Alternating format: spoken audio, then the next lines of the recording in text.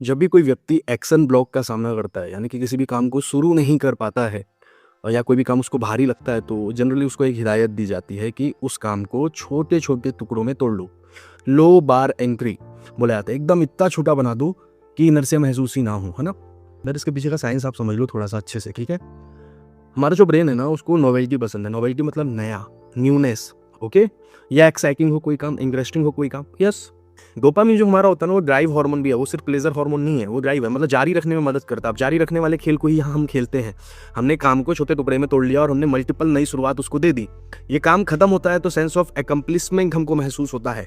और जैसा मैंने हमेशा आपको बताया, डोपामिन के जो सोर्सेस है बहुत सारे हो सकते हैं। चीप सोर्सेज जैसे कि जंक कंज्यूम कर लिया, पॉर्न देख लिया, मैस्टरबेट कर लिया, स्क्रॉलिंग कर ली। इसमें ये होता है कि डोपामिन एकदम से बढ़ता है लेकिन एकदम से नीचे भी आ जाता है, इसलिए ये एडिक्टिव है, बार बार जरूरत पड़ती है। लेकिन हेल्दी सोर्सेज क्या होते हैं? ऐसी कोई भी चीज जो लंबे समय तक हमारे अंदर, हमारे सिस्टम में डोपामिन के सप्लाई को बना के रखे, एकदम से क्रैश ना हो डोपामिन। उसमें से एक होता है ये एकम्प्लिशमेंट। जब हमने कुछ अचीव कर लिया होता है या कुछ पूरा कर लिया होता है तो उससे भी डोपामिन मिलता है हमको, और वो लंबे समय तक हमारे अंदर रहता है, तो ये कीप गोइंग रखने में मदद करता है। तो अब क्या, हमने छोटों के टुकड़े में तोड़ लिया है तो वो काम खत्म होगा, सेंस ऑफ एकम्प्लिशमेंट हमको मिलेगा, और फिर यही चीज जारी रखने में मदद करती है।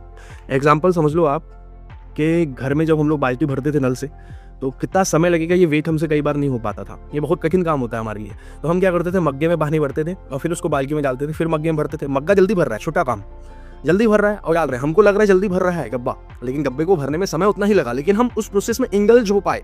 क्यों? यही मैकेनिज्म के कारण कि भैया छोटा मग भर गया था, हमने फिर उसको बड़े गब्बे में डाल दिया, फिर भरा, फिर। तो छोटे छोटे टास्क में तोड़ने के पीछे का ये साइंस है।